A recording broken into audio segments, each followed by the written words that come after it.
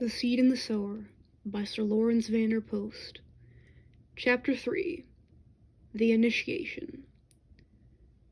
Halfway through my last year at school, my family decided to send my brother to join me. He could have done with another 6 months or year at the village school because he was still backward in his studies, but my family thought it would be easier for him if he had me to introduce him to life in a great public institution and help guide his awkward paces. I was not consulted, but merely told of the decision because, I expect, my family took it for granted that I myself would like the idea. It was another instance of what everyone expected of me, and I received the decision, as far as I am aware, with an ease which confirmed my place in the estimation of my elders and betters. The year had gone well for me at school. I had never been more successful and popular both with the boys and masters. I was in the first 11, captained the first 15, won the Victor Ludorum medal at the annual inter-school athletics, and was first in my final form. I was head of the senior house, and would have been head of the school, I think, if I had not been a year or two younger than most fellows in my form.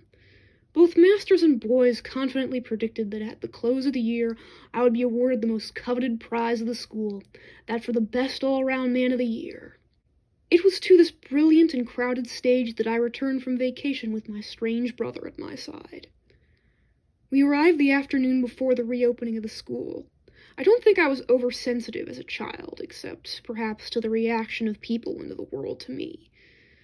But as the school slowly became aware that the awkward, graceless shadow at my side was indeed my brother, even I could not help feeling the surprise that merged into the ineffable condescension of public pity in the atmosphere around me. More subtly still, I got an inkling of the relief that can surge through the hearts of the many when they begin to suspect an infliction of fallible humanity in the lives of their popular idols. My contemporaries were surprised, and for one brief moment I was able to see how ready are the mass instincts to seize an excuse for pulling down the very thing that they themselves have need of elevating. Perhaps I imagined myself to be beyond the reach of all these influences, but they had their effect on me. They could not, to put it at its lowest, make me love either myself or my brother more. I was young enough to hope that once he had gone through the various rites and tough period of initiation which tradition prescribed for newcomers to the school, his oddness would be accepted as a part of the daily scene, and that the qualities which endeared him to his family would have their chance to emerge. Yet, from the very first evening, the start was not encouraging. First impressions are important to the young, and never more important than when there are initiation rites to perform. After all, the purpose of initiation ceremonial is first, by a process of public humiliation, to make the victim aware of his inferiority, and then to extract from him, through some painful form of ordeal, proof of the courage which alone can entitle him to redemption from his shameful singularity and membership of the privileged community. Moreover, I've noticed that among those to be initiated there is always one who seems to be predestined to bear an extra burden of ritual, because he alone appears to personify most clearly the singularity that has to be humiliated and sacrificed.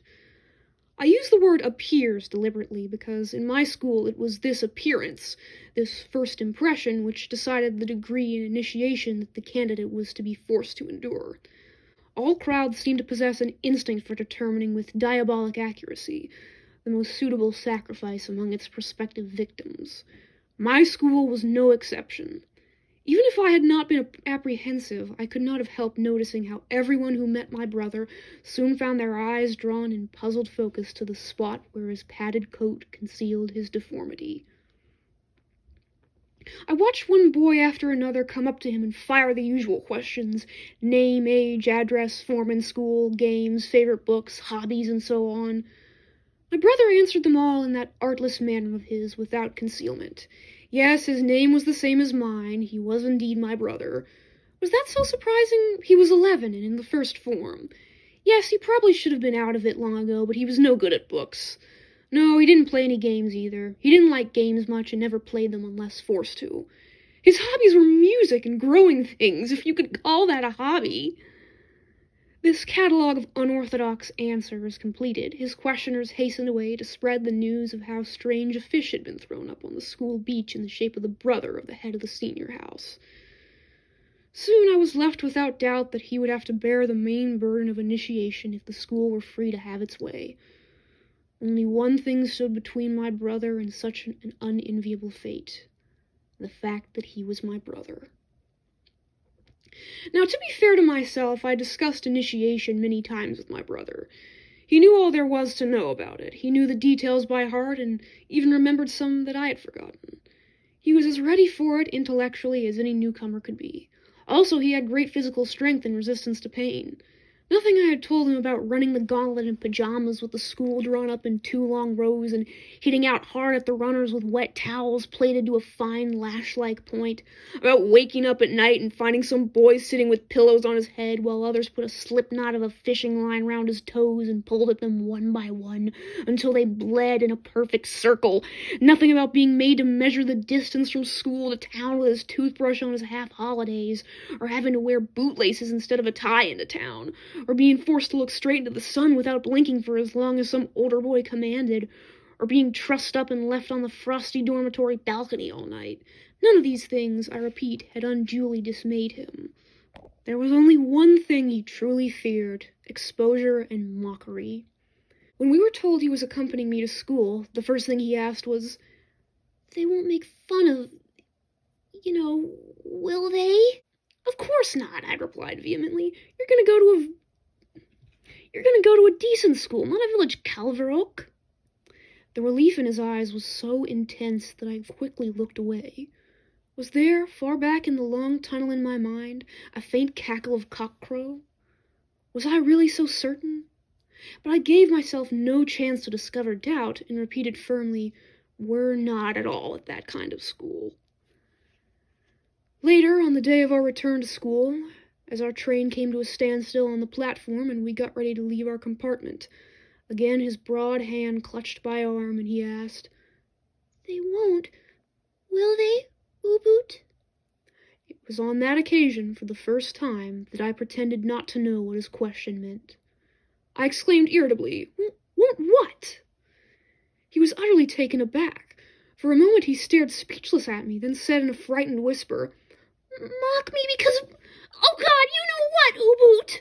"Oh, that!" I answered, noticing how heavily he was taking it to heart, and continuing, as if it were all too trivial for words. "I told you already, we're not that kind of school." I think the question was again on his lips when I did my rounds of the dormitories last thing that night. But if it was, he dared not ask it. He just looked at me with such eloquent apprehension that I turned away hastily and bade him a curt good night. My rounds done, I went to join the heads of the other 3 houses in the study of the captain at the school. I had done that walk between my house and the school many times, yet that night it felt to me as if I had never done it before. Every detail had taken to itself the mystery of all things. The moon was so bright that I could see the shadow of our greatest mountains at the end of the plain many miles away.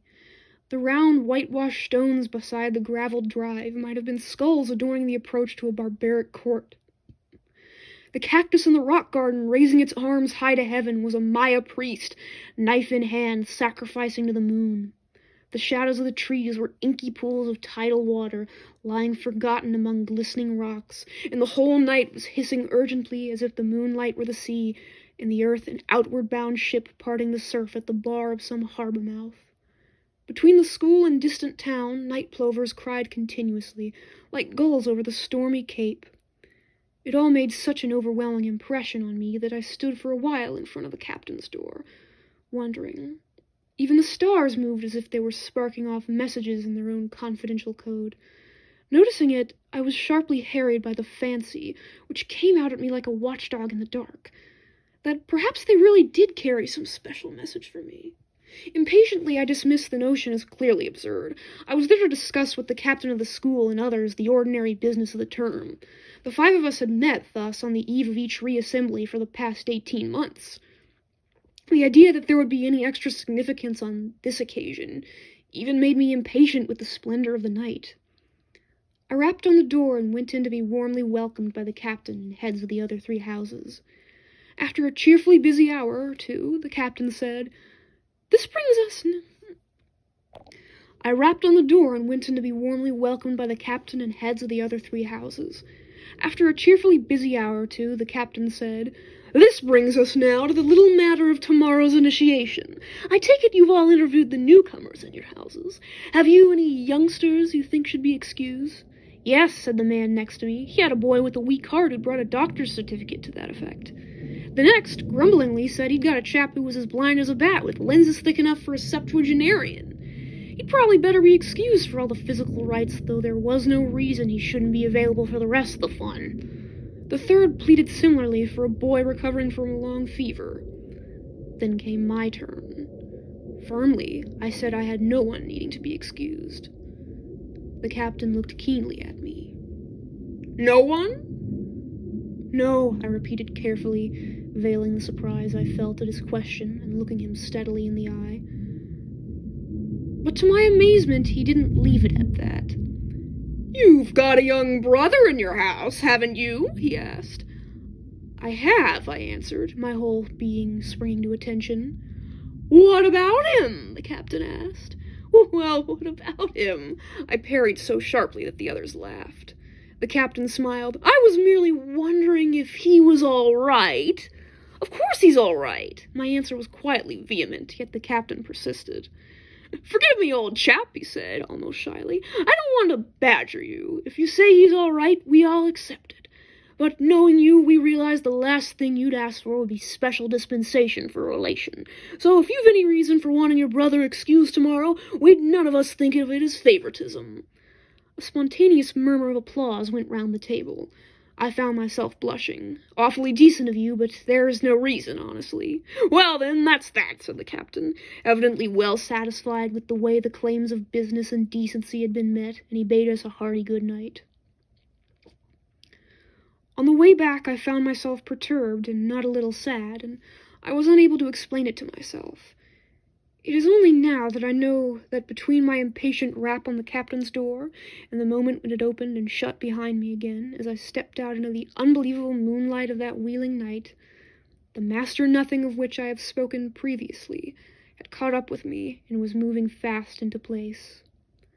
A second example of this, if I may use so positive a phrase for so negative a phenomenon, arose next morning right at the beginning of school. Prayers over, the captain came up to me and said, "I've got to see the head immediately after classes this afternoon. Would you keep an eye on things for me until I get back?"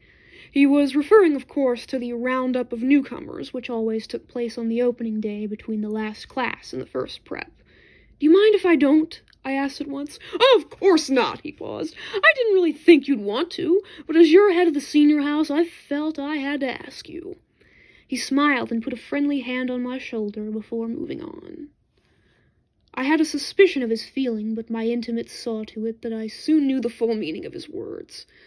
Apparently, after our conversation, the captain had told them all of my refusal to take charge of the school during the roundup, and he'd explained that he was certain that it was done out of respect for the traditions of the school, and in order to ensure that my popular presence in a position of authority should not influence the crowd to treat my brother differently from any other underprivileged newcomer. He had even added that it was exactly what he'd expected of one with such a scrupulous sense of fair play. Slowly that first day at school passed its peak midday hour. I had not seen my brother at all since early morning, when I stopped an over-spirited scrummage between some older boys outside his dormitory before breakfast, until a moment or two before the school dismissed at the end of the day. There were, of course, dozens of good reasons why the head of a large house has no time for personal affairs and private considerations on the opening day of school. If anyone had accused me then of trying to avoid my brother, I could have rebutted the charge without difficulty. Today I might accept the result of my actions as proof enough of my real intention, no matter how hidden it may have been from me at the time. I had no idea what my brother felt during all that busy day, because we've never discussed it. In a way, I can imagine it from my own experience of my first day at the same school. After all, I had had to endure the start of school without a brother for comfort, and a lot of good had come to me out of so elementary a test. Obviously, there was a lot to be said for leaving my brother to fend for himself. True, he had his extra dimension of fear to make horror of his anxieties, but, believe it or not, ever since that moment on the platform when I'd refused to understand his meaning, this aspect of his problem had slipped from my memory, almost as if I had been secretly resolved not to remember it. When finally I did see him that day, it was just after school had ended. He was standing against a pillar close to the door of the senior science lab, in which my form was doing practical chemistry. He was standing very still, as always, when possessed by only one thought. Occasionally, his eyes left the door to try and peer through the windows of the laboratory, but because the light flamed and flared in the cool, mauve glass, he could not see anything in the shadows behind it. Obviously, he was waiting for the class to come out to seize a chance of speaking to me before the roundup, which, judging by the noise coming from the quadrangle on the far side of the laboratory, was rapidly getting underway. For a moment I felt a desperate pity. He looked so incongruous and helpless, his young arm clasped round the iron pillar for support. I knew, too, that he had no chance of seeing me. Some minutes before, I had already gone to the science master and offered to stay behind after class and prepare the laboratory for the next morning's class. The idea had come to me quite suddenly. I could pass it off as pure impulse. Yet the result deprived me of my last chance of seeing my brother before the roundup, and ensured that I was detained on duty elsewhere until it was all over. As the laboratory door opened and the class hurried out, my brother desperately searched among them to make quite certain he should not miss me from among those jostling figures. When the last one sped by him and I was not there, the same look of utter finality came to his eyes as on that afternoon before crossing the dry riverbed at home when he had said tonelessly, "They're after me, Uwoot." He stood peering at the emptiness round him as if he couldn't believe his eyes. I doubt if he saw the science master come out and shut the laboratory door almost in his face. He just stood there looking irrevocably lost while I watched him, unseen, from within, willfully denying the validity of his need of me or of my chance of helping him. Indeed, suddenly I found my spirit hardening against him. I wished he would go and get his trivial fate over as we all had to do before him. Almost as I wished it, an exultant shout went up nearby. There was a rush and scurry of heavy school boots. Heads and faces of a crowd of young lads appeared outside the window. Whooping, jeering, screaming, tearing, they pulled my brother towards them. He stumbled. As he went down, his face was like that of someone who cannot swim being swept out to sea on an unsuspected current. I turned my back on the window, thinking, "Well, that's that. It'll be over soon now, and he'll be better for the experience." I began to tidy up, but I didn't get far. I found myself standing, a retort in hand, listening. The noise coming from the quadrangle, which before had been like a great roar, now had a new subdued tone. Not that it was dying down, on the contrary, it maintained itself in waves at the same savage pitch. It was the sound of a people all of one mind, of no mind at all. Yes, this united voice came before mind, and its cry was filled with the strange cannibal hunger of those who have not yet lived themselves. It was the sound of diverse being made one through the same appetite, and though it issued from young throats, the sound itself was old and worn threadbare with time. It was even older, I felt, than the gray old mountain looking down on the school. I had helped at these roundups often enough, but this was the first time I had to listen to it apart and alone. It was the first time, too, that my own flesh and blood had fed its hunger. At the thought, I nearly dropped the chemical retort in my hand. Swiftly, I wondered what my brother could have wanted of me. What good could seeing me have done? Would my familiar brotherly face in that sea of unknown ones have made him feel that he was not quite alone in his experience? Would my awareness of his own most secret fear have made him feel, in some measure, safe against the excesses of the mob? These seemed such fantastic lines of reasoning that I just told myself impatiently, "A fat lot of good it is arguing. He's just gotta go through with it. My being there might make it even worse." In this way, I completed my betrayal. So confident was my negation that it did not even fear drawing attention to itself by argument.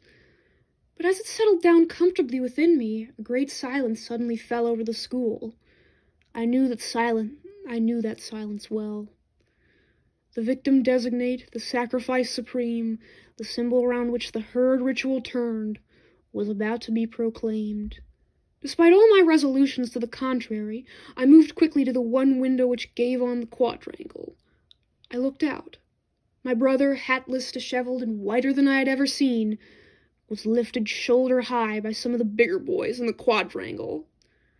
The moment the crowd saw him, a fresh roar burst from it, and everyone began mocking him according to their own particular gift, until, in a flash, all the streams of insult and humiliation became one, and the whole school, as my brother was carried through the crowd, began chanting derisively, "Why was he born so beautiful? Why was he born at all?"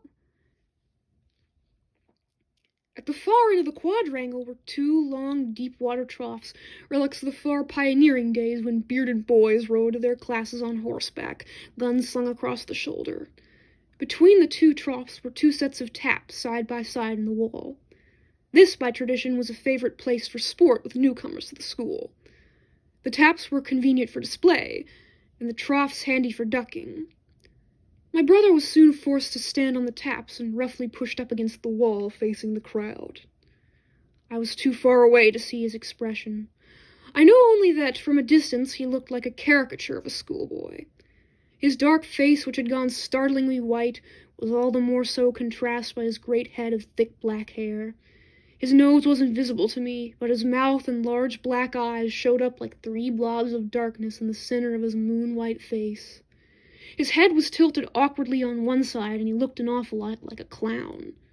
When he was firmly in position on the water taps, one of the bigger boys climbed onto a trough beside him, held up his hand for silence, and said, "Chaps, this newcomer has got to do something for our entertainment. What shall it be?"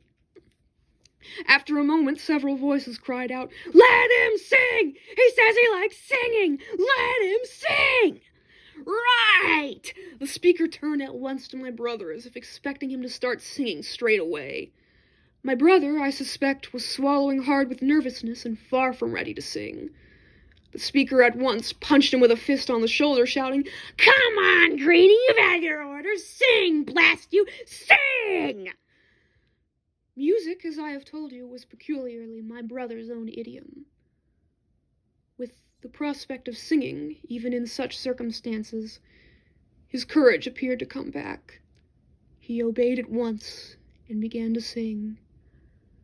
"Right, right through the day, right through the moonlight, right, right through the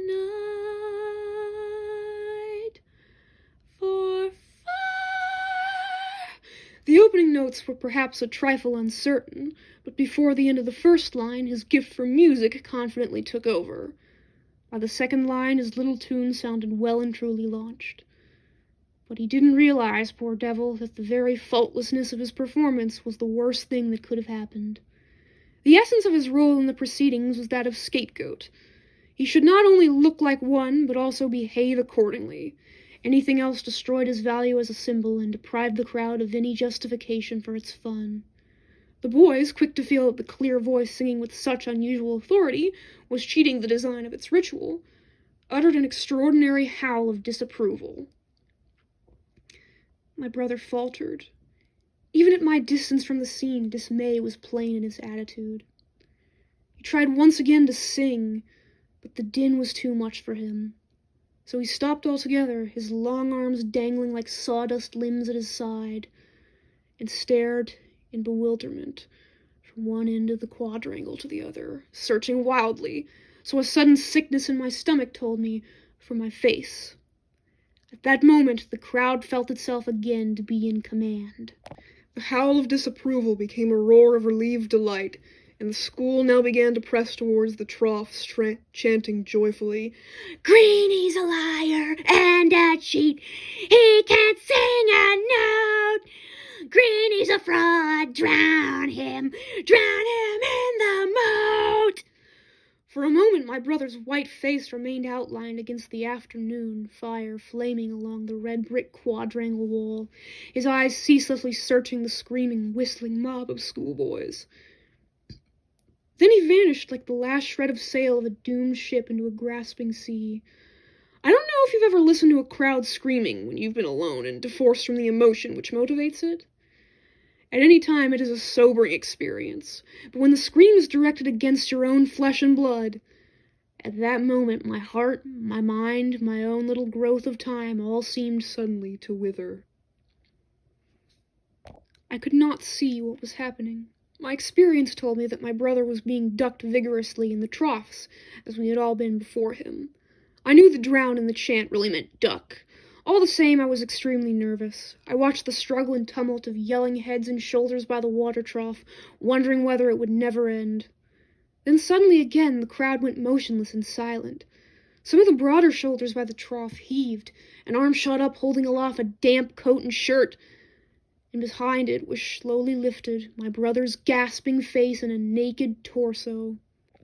"Look, chaps!" a voice near him rang out with a curious intonation. "Look! Greenie has a bottle-chee!" For a second there was a silence as the boys stared at my brother, held dripping in their midst. Then, as if at a signal, they all began to laugh and shake and twist and turn with hysterical merriment. I had never seen my school go to these lengths before. I stood at the window as if nailed to the floor while the merriment transformed itself into one of the favored chants. "Greenie has a bottle-chee, bottle-chee, bottle-chee. Greenie has a bottle-chee, 1, 2, and 3, and Greenie has..." Then it stopped. The noise fizzled out, and the crowd in the quadrangle became uneasily still. A window on the second floor of the main building had been thrown open. The head and shoulders of the English master were leaning far out of it. "Who, might I ask?" he demanded in a voice precise and icy with anger. "Who is in charge here this afternoon?" "I am, sir," the head of a certain house answered contritely.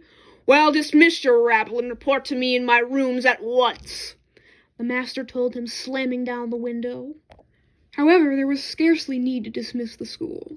It needed no telling that it had exceeded itself. It was dispersing of its own accord, taking my brother away with it. I remained at the window for a while in a state of irresolute agitation. I wanted to rush out and do something to make good what had just happened. I was angry and humiliated and wanted to take it all out of it and sundry in the school, not excluding my brother. I wanted also to rush out and comfort my brother. But it all came back to the fact that I still had a duty in the laboratory to perform. The fact of duty won. I tidied up the laboratory, set up the apparatus for the next morning's experiment, and in the process came to the convenient conclusion that by far the best way of helping my brother would be to make light of his experience. It was evening before I saw him again. He was coming out of the matron's room carrying a complete change of clothing on his arm. The long corridor was lit only by the reflected flames of a cataclysmic sunset flickering in the tall windows over the main stairway at the far end of the landing. My brother, recognizing my steps, stood still in the open doorway. The light from the matron's room fell sideways on his face, and left the rest of him indistinct in the rising night shadow. He stood so still that his face looked like an antique mask hanging on the door behind him. I expected him to greet me, as he always did, but on this occasion he just stood there silent. "Well," I said, assuming the gay nonchalance that I decided would be good for him, "how did you get on today?" Then you weren't there?" His question was flat. "Not where?" I answered, seeking respite in evasion. "At the roundup." He peered hard at me in the twilight. "Oh, there," I replied easily. "No, I was in the science lab most of the afternoon. Had a job for the science master to do. In fact, I've only just finished." I stopped. Something in his face, looking up at me out of the past and forgotten dimension of time, stopped me. We stared at each other in a silence so great that I could even hear the matron's alarm clock ticking on her table inside the room. "I see," he said at last, with, for one so young, an odd note of finality in his voice.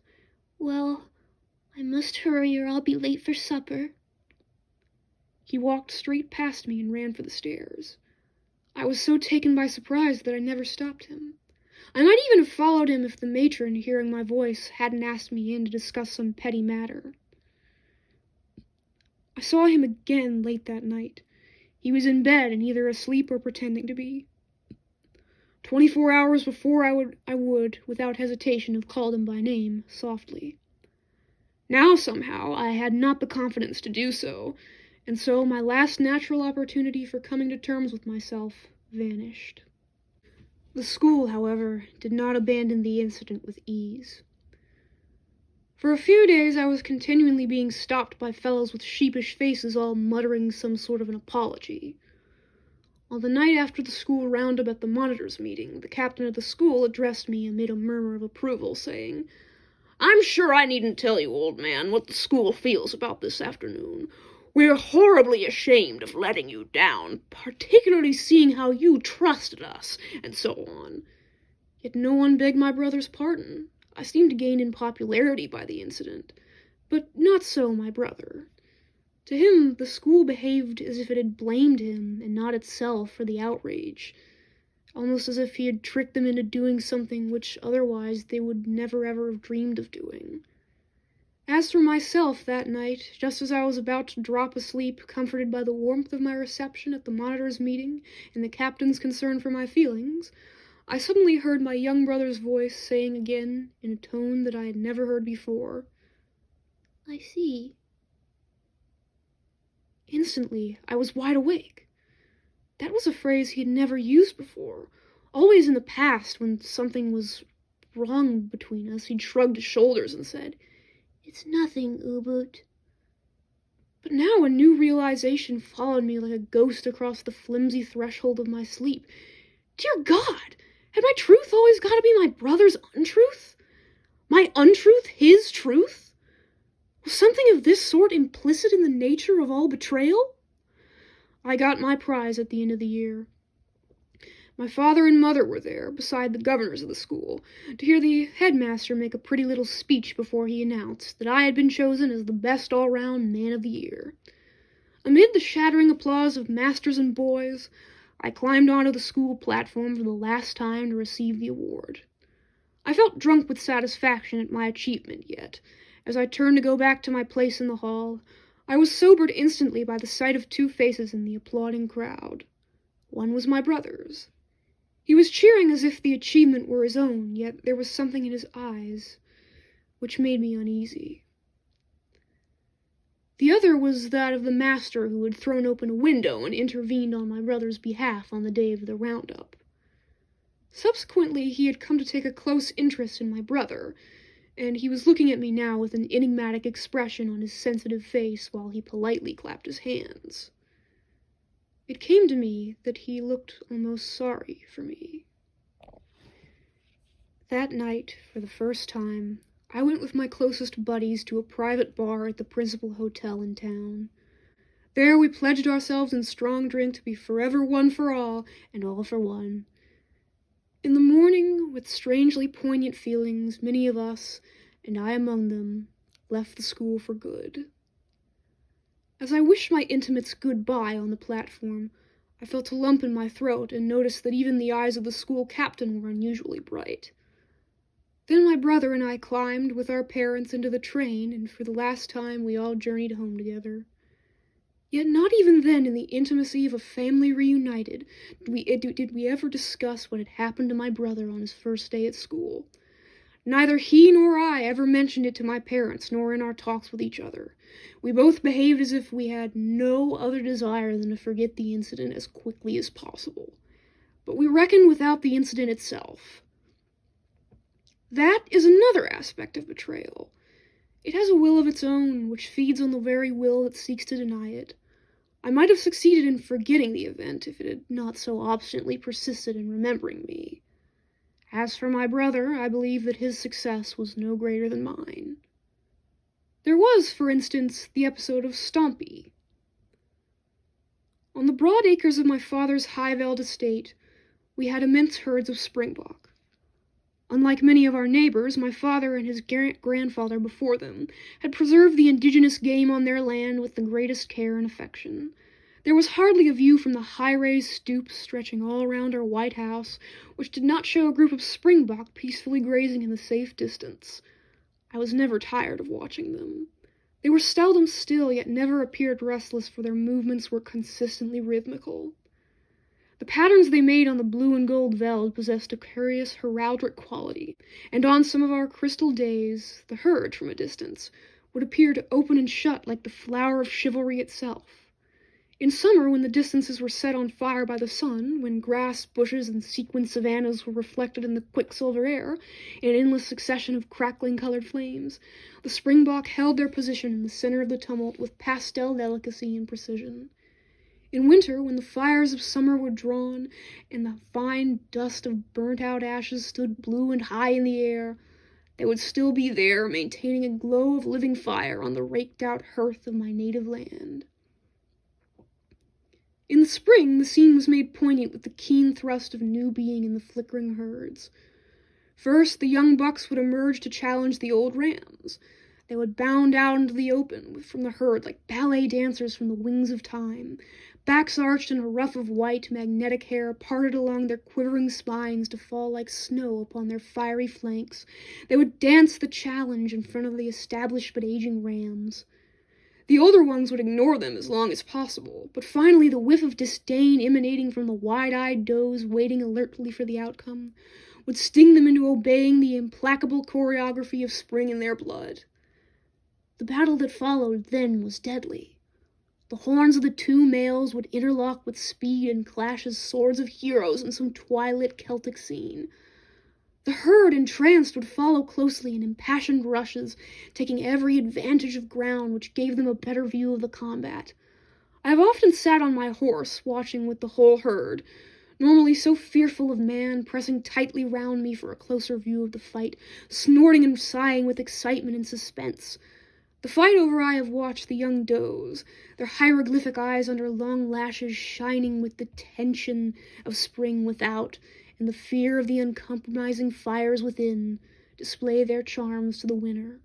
Passing and repassing repeatedly in front of him, tails tucked with becoming modesty under their buttocks, they would keep their glances fixed firmly on the ground. But in the autumn, the herds would contract, drawing young and old together in a circle, the center of which turned on their fear of death implicit in the coming winter. All differences among them vanished. Steadily they gave the homesteads an even wider berth, and became acutely wary of our movements as if they sensed that our season of killing, too, was about to begin.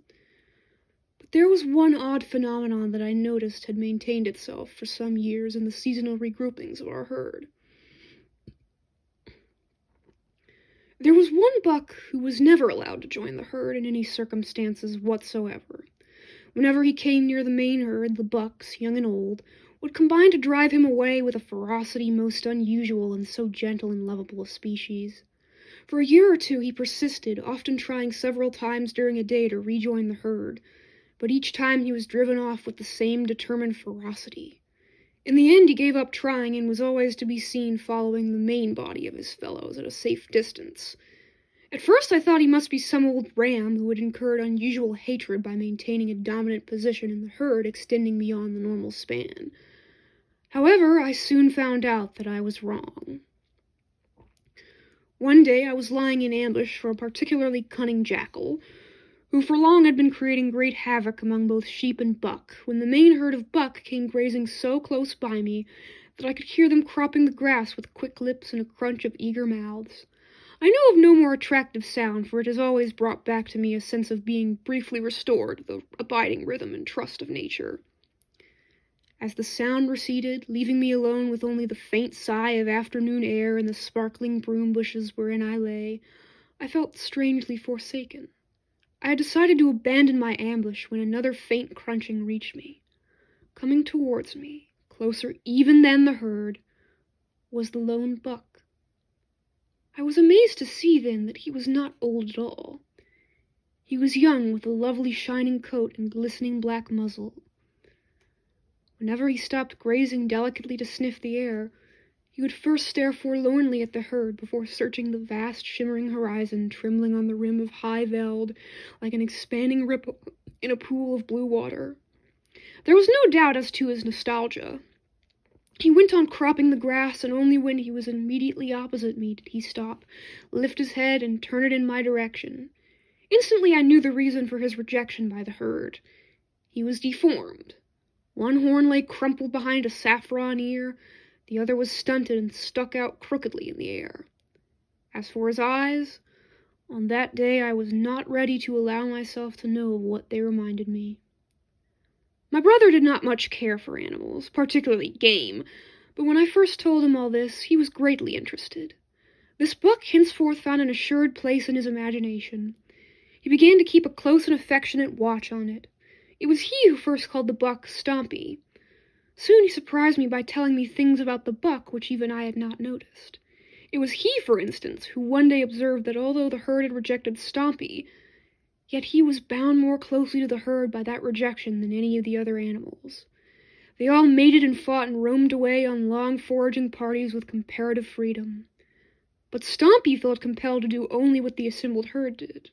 When we rounded up the main body of buck for shooting and drove them toward the line of guns lying in wait for them, although we ignored Stompy and left him safely outside the ring of mounted drovers, nevertheless, he would insist on taking the same fatal route that the herd had taken, and undeterred by the sound of firing ahead, he would come up from behind with the extraordinary and solitary courage run the gauntlet of deadly guns.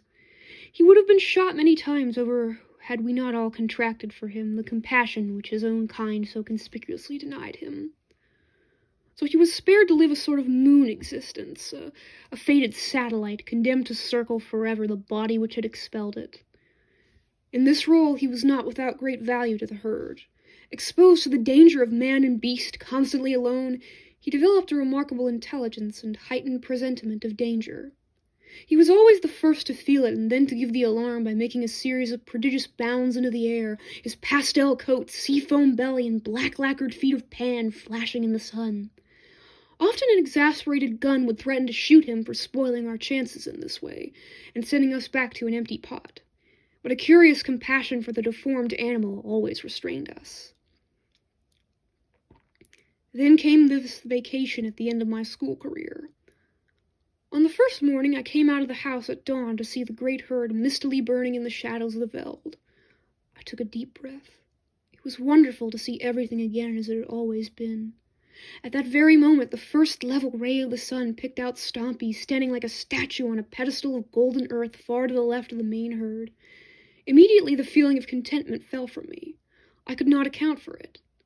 All I know is that at that moment I felt about Stompy something I had never felt before.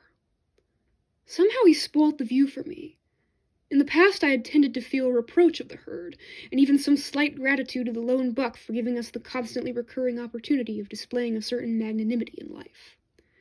Now the sight of him in the natural vista that I had loved so long disturbed me. I took it to be merely a temporary emotion, but the reaction gained rather than diminished in vigor. At the end of my vacation, I went to continue my studies at university. For 6 months, I never gave Stompy a thought. I came back on holiday again as ready to accept the familiar as ever before. It happened to be our first shooting season since I had left school. On the night of my arrival, I was asked if my brother and I couldn't try next day to relieve the monotony of our winter diet with a taste of the venison we all loved. No sooner had we ridden out into the open than I saw the forlorn shape of Stompy standing to attention in the distance. "He's seen us," I remarked to my brother, with a trace of exasperation that drew a surprised glance from him. "He's getting more cunning every year. I bet you are going to find it difficult to come into the herd today." I had hardly finished when Stompy suddenly left the earth, almost vanished for a second from our startled gaze, and then reappeared flashing high in the blue air. He must have turned round completely in the course of one of the greatest jumps of his life. Again and again he repeated this astonishing performance until the shimmer of fire on the coats of the herd was arrested, and it steadied into a front of unwavering flame. For a moment it remained so, 1,000 delicate heads moving backwards and forwards between us and that far empty flank where Stompy was dancing out his concern for the safety of the herd. Then the alarm beat too in the hearts of the animals. Fear is the deepest of our vortexes, and determines its own cataclysmic dance in the heart. I never cease to marvel at the immediacy with which terror turns the animal soul inwards upon an immediate center with whirlwind paces. But the speed with which the herd before us contracted even after a cycle of seasons free from fear seemed to me unusually poignant. It spun across the sleep-indifferent veld like a cyclone of fire, turning and returning upon itself in an anti-clockwise direction, as if it believed that there was a magic strong enough at devout movement against the sun to turn back time to its Elysian source and leave behind the threatening present. "Told you so," I remarked with gloomy satisfaction to my brother, riding silently at my side. "It's no good going on," I paused. "Unless you go alone and drive the herd to the far side of the farm. Remember that ant heap near the boundary fence where we dug out the ant bear last year? I'll lie up there, and if you can send the herd streaking by between the ant heap and the fence, I'll do the rest." I had no fear my brother would reject the suggestion, since he disliked shooting intensely. Now, to my amazement, however, he seemed to hesitate. I asked brusquely, "Well, what is it?" "Sorry, Ubud, I was just wondering." He made no effort to ride on. "What?"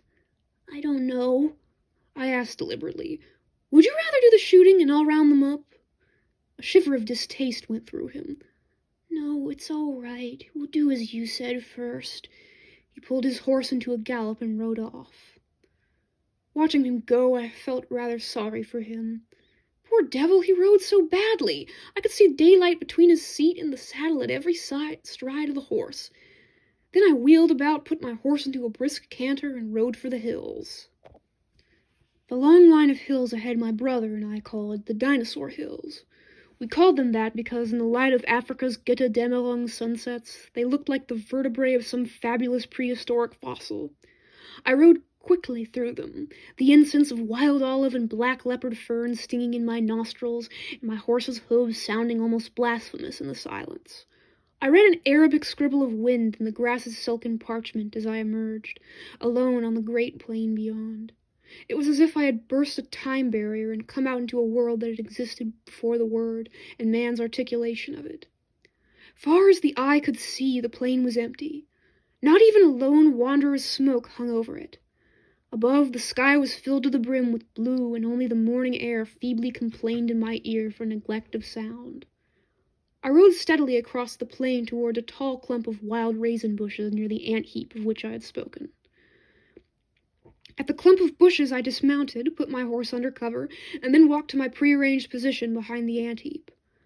I got there none too soon, for as I unslung my rifle, carefully laid it down out of the sun's sparkle, and stood up for a last look round, the head of the herd was just emerging from the dark eye of the pass in the hills.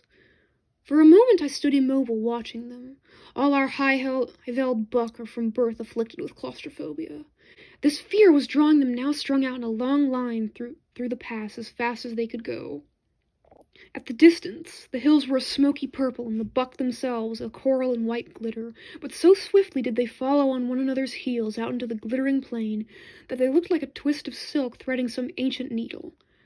However, once clear of the pass, they slowed down, stopped, reformed their tight circle, and faced about. They had barely done so when Stompy came bounding out into the open. Not far behind came my brother.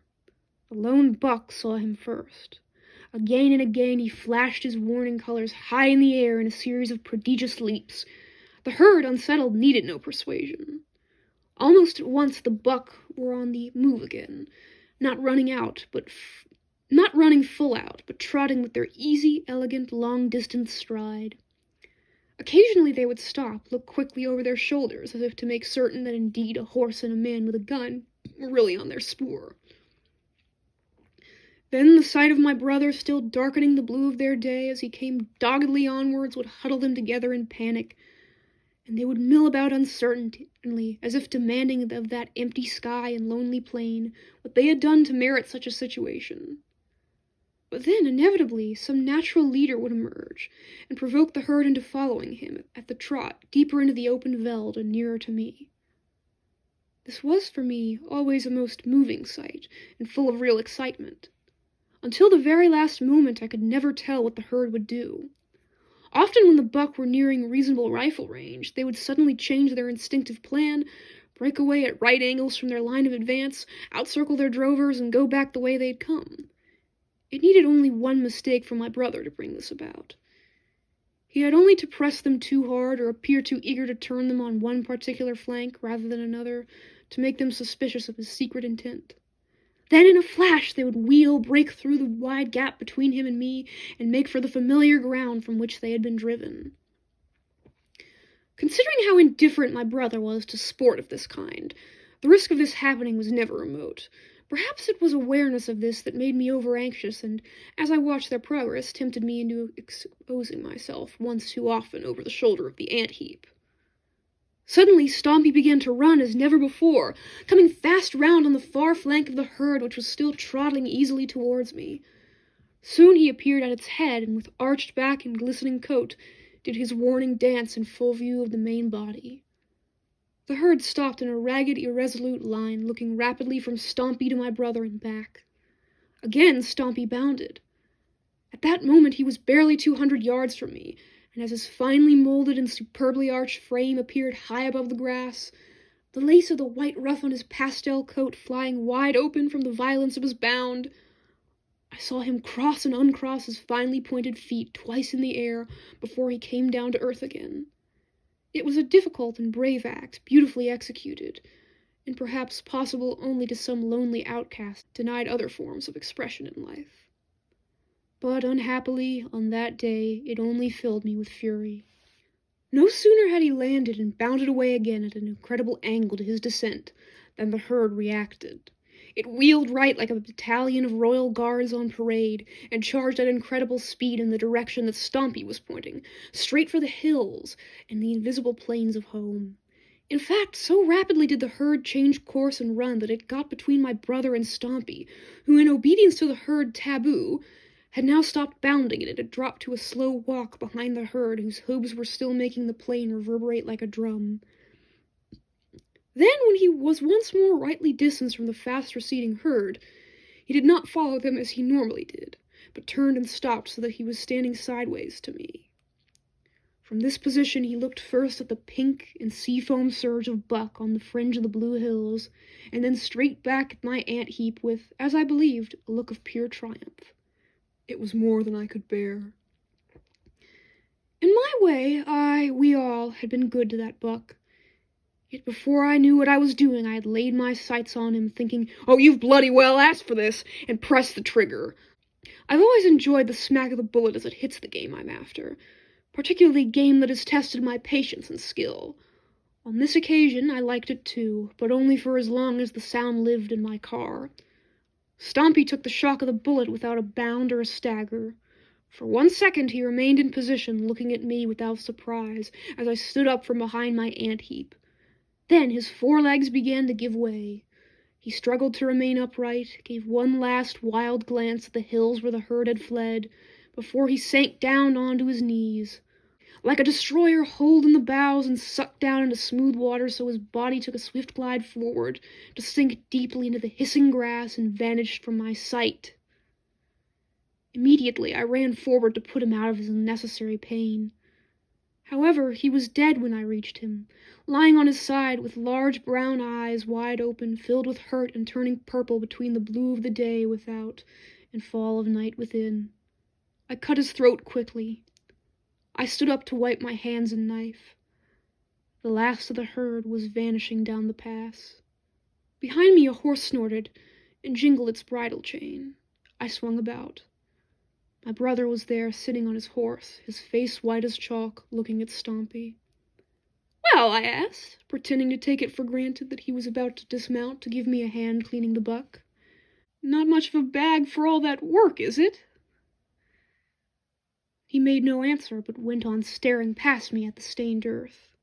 That put me on the defensive. "What's biting you?" I said. "Aren't you going to help?" He shook his heavy head and said with difficulty, his eyes bright with the unanswerable rhetoric of tears, "No, Uboot, I'm not going to help." Then he burst out suddenly, "How could you? How could you do such a thing?" "Don't be an ass," I answered, more perturbed than I cared to show. "Stompy asked for it. Besides, I probably did him a kindness. He can't have enjoyed himself any more. No one wanted him around." It was then that my brother became more violent than I had ever seen him. "How do you know?" he asked passionately. "Life must have wanted him, or he would have never been born." This time, There was no holding his tears. I became so upset that I sent him off home on his own, thinking I could then clean and trust Stompy off at peace. But all the time I was haunted by that look of living hurt still lingering in the dead buck's eyes. I seem to have known that look all my life, though never so poignantly or at such close quarters. For instance, had I not seen something of the sort a year before in my brother's eyes at school? The question of it gripped my mind like the first nip of winter frost in the shadows cast by a watery autumn sun. It made me shiver, and I tried to dismiss the association as sheer fantasy. Yet from that time onwards, although I continued shooting for years, I never again enjoyed it as before. I shot purely out of habit. My liking for it ended that morning with Stompy on the wide plain on the far side of the prehistoric ridge at the back of the white walls of our home. And my liking for Stompy? How and when had that died? Was Stompy perhaps condemned on the afternoon when I abandoned my brother to the school's strange hunger?